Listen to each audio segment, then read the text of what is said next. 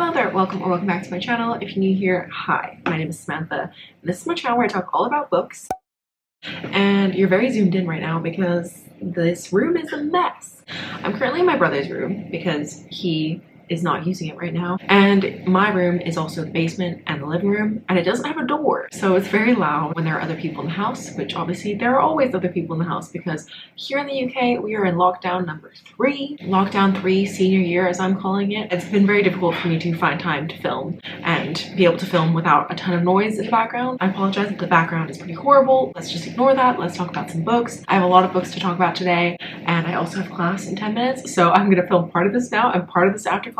It's gonna be a mess of a video, and you know what? It's fine because this is all I've got. So I haven't filmed a wrap up since October because at the end of November, I just didn't feel like filming a wrap up. Then in December, I only read one book, and as you probably know from me talking about it so many times, I was really busy at the beginning of this month, so I wasn't able to film a November and December wrap up then. And so it was like halfway through January, and I was like, you know what?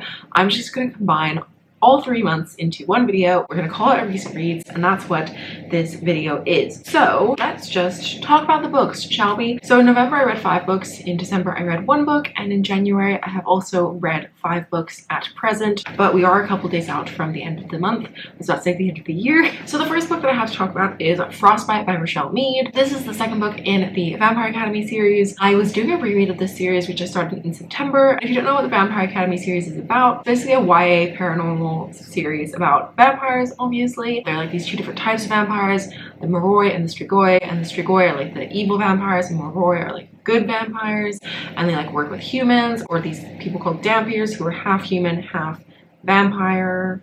Yes. So basically they're like a human, they don't need to drink blood, but they're just like really strong and kind of like superhuman in a way. So basically the Dampiers protect the Moroi from the Strigoi. And the first book follows our 2 main characters, Rose and Lissa, as they get taken back to the Vampire Academy because they ran away, and then a whole bunch of weird stuff goes on. And then the second book, some more stuff goes on. This is terrible. But obviously I'm trying not to spoil anything. This series is absolute trash. It's really fun, but it's very trashy, and I've actually decided that I'm not going to continue on with the series just because I don't feel like any of the books are ever going to be more than 4 stars maximum. So I just don't see the point in continuing on when I've already read 4 out of the 6 books, and I stopped for a reason. So, you know, I just don't see the point in continuing on. Also, my library has them, so there's a chance that I might continue on at some point, but I'm actually going to get rid of the whole series because I don't think I'm going to reread it. But anyway, I gave that book a 3 out of 5 stars. The next book I have is The Nine Guardians by Rosario Castellanos. This is a book that I had to read for class. I don't really have much to say about it because I read for class, and I never rate the books that I read for class. I did write an entire essay on this book. I don't know how that essay went, but I wrote an essay on it.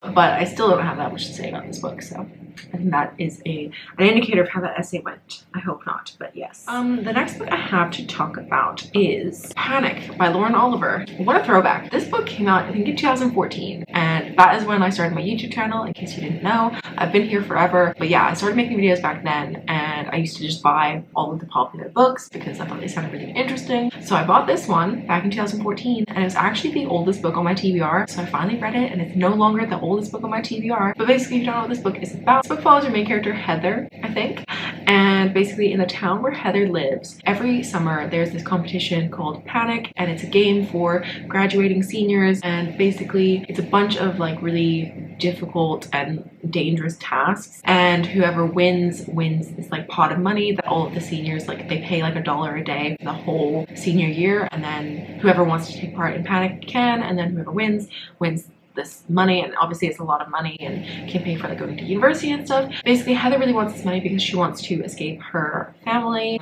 because she's not in the best situation. We also follow another character who's a guy whose name I can't remember, but he's also very motivated to win this money, and it just follows that. It's kind of like a contemporary thriller sort of vibe because obviously tasks are kind of like thrilling, I suppose. It was an okay book. There were definitely parts that had my heart pounding when I was like, oh my god, they're actually gonna die. But ultimately it just like wasn't anything super memorable for me. Clearly I can't even remember the characters' names, and it hasn't even been that long. So I ended up giving it 3 out of 5 stars. I wouldn't like not recommend it, but I also don't think it's anything groundbreaking, and I wouldn't reread it. I'm probably gonna unhaul it when I get reunited with my books, which are at uni, because I'm stuck at home. It was fine, nothing special.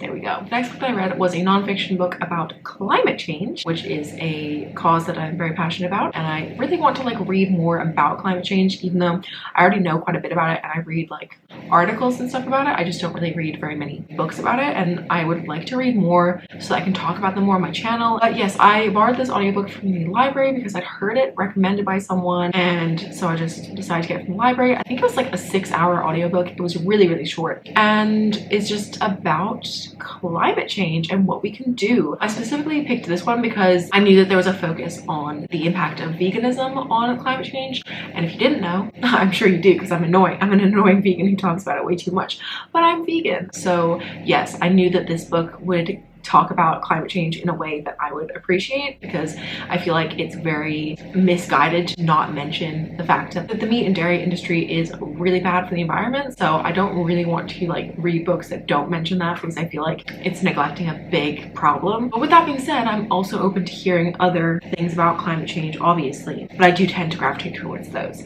So yeah, that's part of the reason why I picked this one up specifically. I do have this other book, Eating Animals. I also have an audiobook of that, although I actually bought that with an Audible credit, but so I want to listen to that at some point. Whilst I appreciated the information in this book, I do think that he went off on some tangents quite a few times, and a lot of them were kind of like personal, which I think is good in a way, especially for people who maybe need to hear that like personal aspect to it. But I don't know, he just went off on some tangents which I wasn't a huge fan of. I don't rate nonfiction, so I don't have a rating for this, but it was good and I would recommend it, especially if you are interested in climate change. But just know that he does go off on some tangents, and also he isn't vegan. He tries to be, but then sometimes he'll eat a hamburger, which is like fine.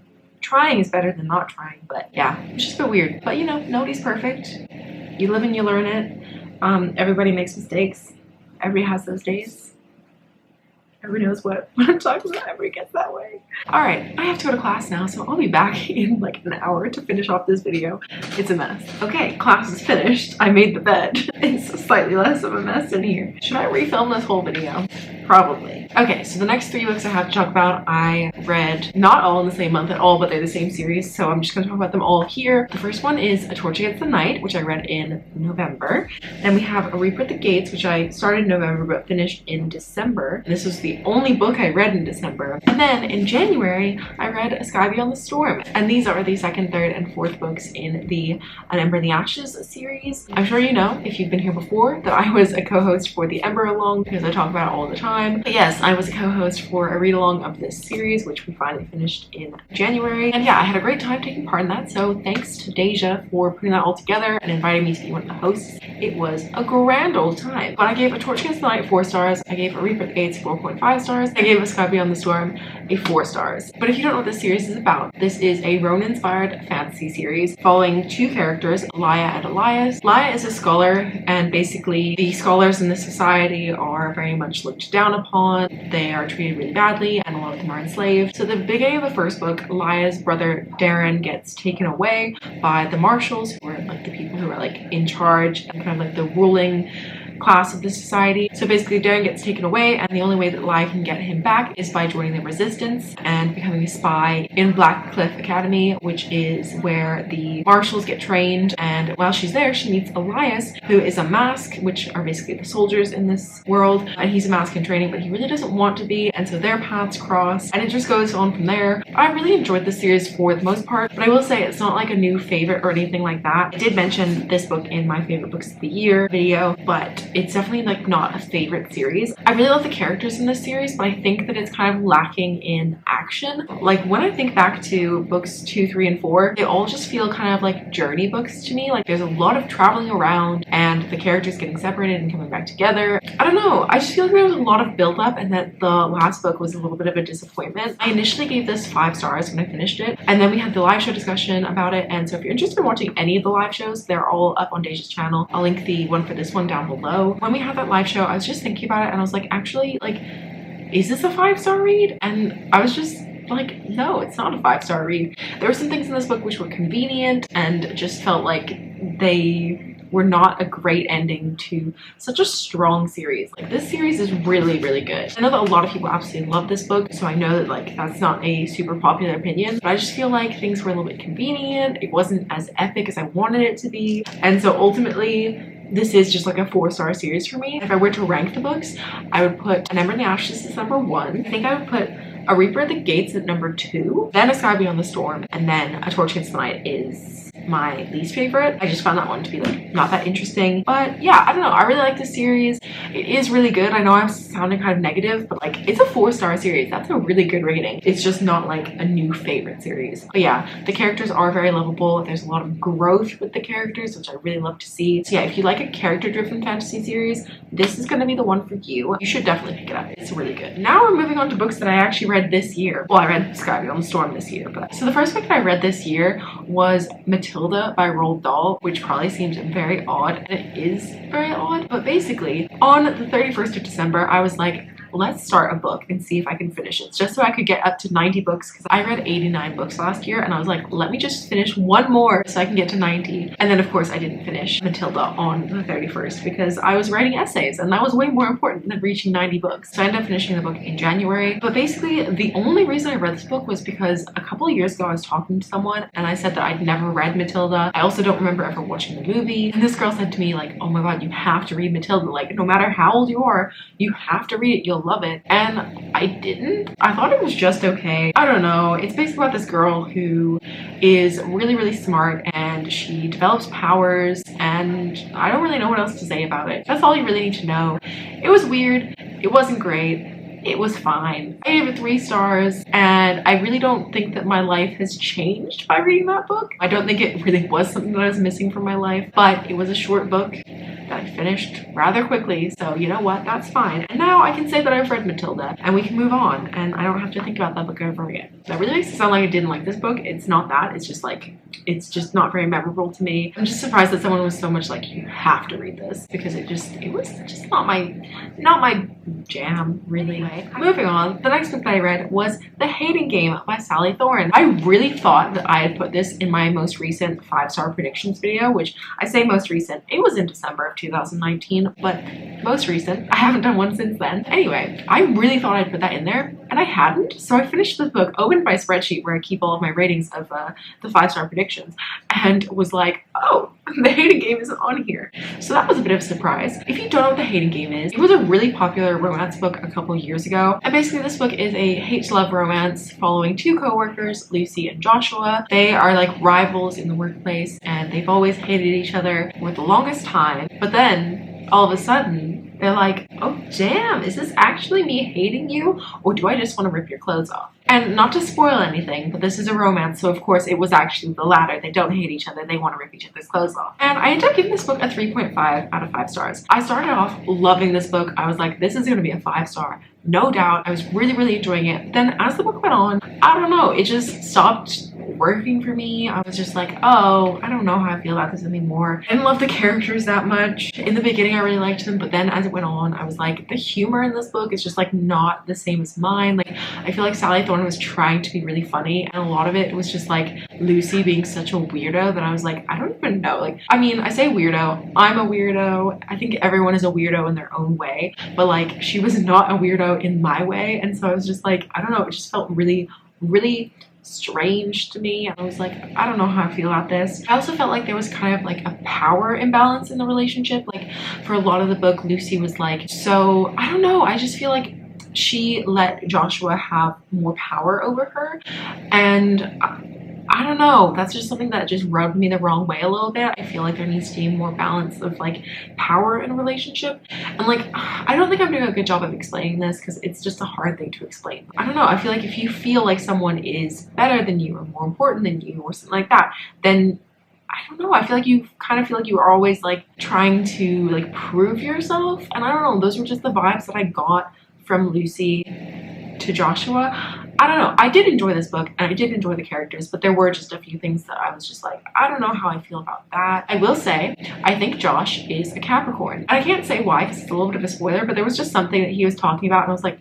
that's such a Capricorn move. Oh my god. Or maybe it's just a Samantha move, but like, it was something that I would do and I was like, I'm embarrassed for myself. If you agree with me that you think Josh is a Capricorn, let me know. I really don't know that much about star signs. I feel like I mention it a lot and I really don't. I just know stuff about Capricorns because I am one. I enjoyed it, but it just like started off really well and like second half kind of tailed off for me. So it was a 3.5 stars. The next book that I read was actually an arc that I got, and that was All of Me by Shannon O'Conner. I signed up to be a reviewer for this author because I know that she writes poetry books and romance, and I thought that that sounded like something that I would enjoy because I love poetry and I dabble in romance. It's definitely not like the genre that I read a ton of, but I feel like in the last year I got a lot more into it than I had been previously. So I requested to be an arc reviewer of this and I read it and I really enjoyed it. It was very short. It was only about 60 pages, so there weren't a ton of poems in the book. This has a lot to do with love, whether that be romantic or self-love. I enjoyed it, but I think that there were a few too many poems about love for me personally, just because of where I'm at in my life. And by that I mean single AF. Anyway, but because I couldn't relate to the love poems so much, it just wasn't like the most relatable thing for me personally. And also I think that some of the poems were kind of in a weird order.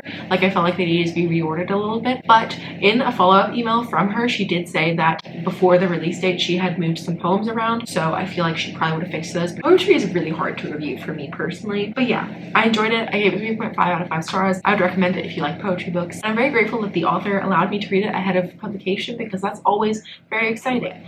The last book that I have to talk about right now is this absolute ginormous book. It's From Blood and Ash by Jennifer L. Armentrout. This book was very kindly gifted to me by Elena from Elena the Great, who I love and I talk about in pretty much every video. I seriously need to stop. But yes, Elena gave me this book for my birthday and Christmas, and we were kind of gonna buddy read it because I also got her this book for Christmas. So we were gonna buddy read it, but then I started it like the day that she finished it. So yeah, it didn't work out 100%, but I still was messaging her and Mel whilst I was reading this, and this book was a wild ride. I really don't know how to explain this book because I feel like it's just like the most confusing book ever. But basically, this book follows the main character, Poppy, and in this world, they're like, I don't even know how to explain this book. Okay. They're kind of like vampire-like creatures, and then there's also stuff to do with like gods, question mark. And basically Poppy is this person called the Maiden, and the Maiden has to remain like pure, which I hate that term, but and Poppy hates that term too, but it's like used in this book. So basically she's kind of like supposed to be like out of society, so she's not supposed to talk to people. She always has to wear a veil. She's not supposed to even kiss anyone, let alone do anything else. But this book is a fantasy romance book, so trust me, there's a lot of the elves that I was talking about. Poppy's supposed to be the maiden, and then one day she gets this new guard called Hawk, and it's a fantasy romance, so they bang. I don't know how to describe the plot of this book, so I will leave the Goodreads page down below. This also has been talked about a lot, so you might already know what it's all about. But yes, there's like vampire-like creatures, there's romance, it's sexy, it's steamy, it's weird and has terrible world building, but it's a fun time. I ended up giving this book a 4 out of 5 stars because the first 200 pages of this book, I'm not gonna lie, I was pretty bored because Jennifer L. Armentrout really just said, what is world building? Let me just throw you into this world and then info dump with how everything works. It's kind of because like Poppy doesn't really know anything about the society, so to get the world building, you find out when Poppy finds out, so she's basically just like told by somebody else like this is how the world works. And so it was not the best storytelling technique in my opinion. But anyway, after the first 200 pages, I really started to get into it. It started to pick up a lot more. There is a twist in this book, and I definitely saw it coming because I was kind of spoiled. I saw a TikTok on Instagram because I don't have TikTok because I don't understand it. Anyway, but I saw a TikTok on Instagram which kind of spoiled this book for me. So I really don't want to go into too much detail because I really feel like I could spoil it. But yeah, this book was absolute trash in the most fun way possible. I wouldn't say I recommend it, but if you want a fantasy romance book with vampires kind of and steaminess then I would recommend this. And also, the second book is already out. The third book comes out in April, and I think that's all of the books in the series. So if you wanted to binge something, you should get on it because it's coming out soon, and you could do that. I really feel like this wrap up is a mess because I don't even know what I'm saying. I just did class, and now I've been filming for 20 minutes, and my voice hurts. I think those are all the books I have to talk about. I do have 2 books I'm currently reading, and I think I will finish both of them, so I might see you in a second. But if I don't film that little extra clip, let me just say thank you so much for watching. I'm sorry if my energy seems weird today. Obviously, it's a bit of a chaotic day for me. I filmed it like right before class and then right after class, so I'm a bit all over the place. But if you're new here, I would absolutely love it if you would subscribe. It means a lot to me. Leave me a comment down below. I would love to hear your thoughts on any of these books. And oh, if you liked it, give it a thumbs up. And yeah, that's all I have to say. I said my outro all wrong because I'm just in a weird mood. But thank you so much for watching. I will see you very soon with another video. Bye. You're so far away. Oh my god, this is way too bright. And this background is horrible. Is this better? Better? Worse? Terrible? It's